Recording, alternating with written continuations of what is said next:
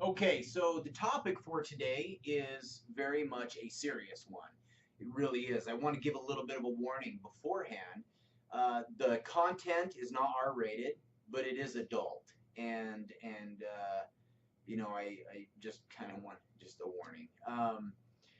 What the topic is though is how necessary is sex before marriage. And I'm here to tell you that it's not. We've created this belief, I think, as a society, more lately than not, that we need to know what our partner is like in the bedroom before we marry them. And I'm telling you, that's just not true. It's not necessary. Absolutely not. It is not.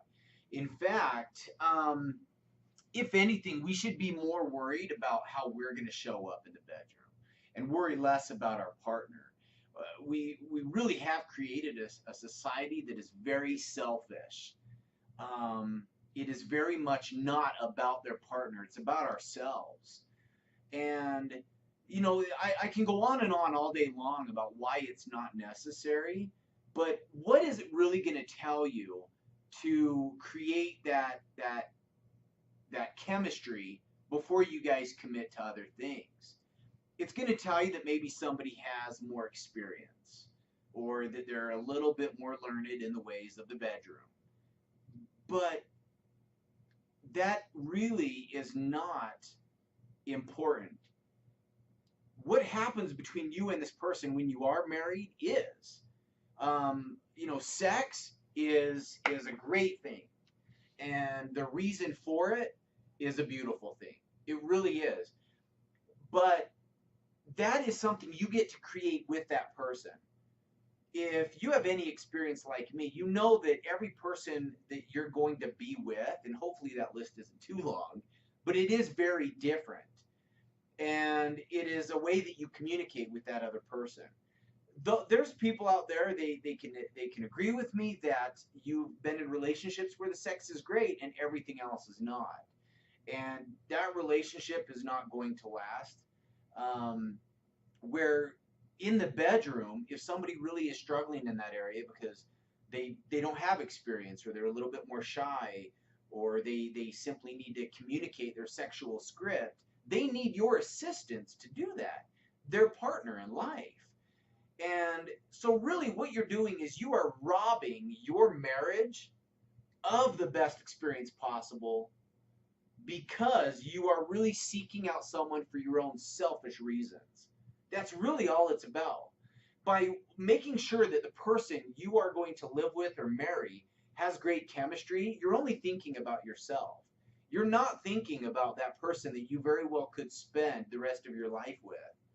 And so that's why I'm speaking out on that today, in that you believe you're looking for some treasure beforehand that's got to already be there, but you're actually robbing yourself of that treasure before you've even begun.